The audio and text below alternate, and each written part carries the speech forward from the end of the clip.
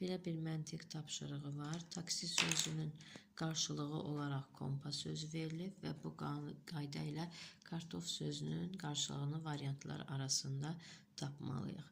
Kartof sözü K ilə başlayır və taksinin 3-cü hərfidir.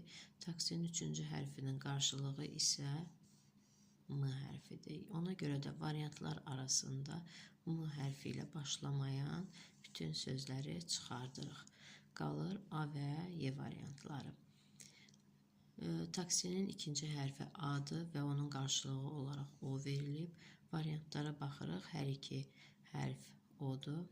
R hərfi taksidə yoxdur. Boşluq qoyuruq.